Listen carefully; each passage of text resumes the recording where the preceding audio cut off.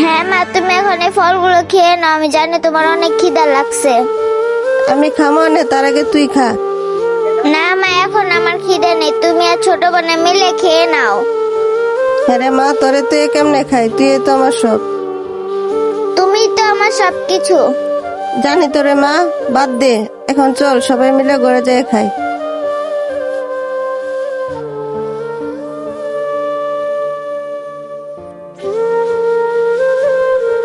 যাই বাসায় গিয়ে বইটা দিয়ে আসি।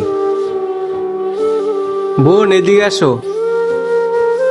ভাইয়া আপনি আসেন, ভিতরে আসেন। না বোন, এখন আমি আর আসবো না, এখন আমার বাইরে অনেক কাজ আছে।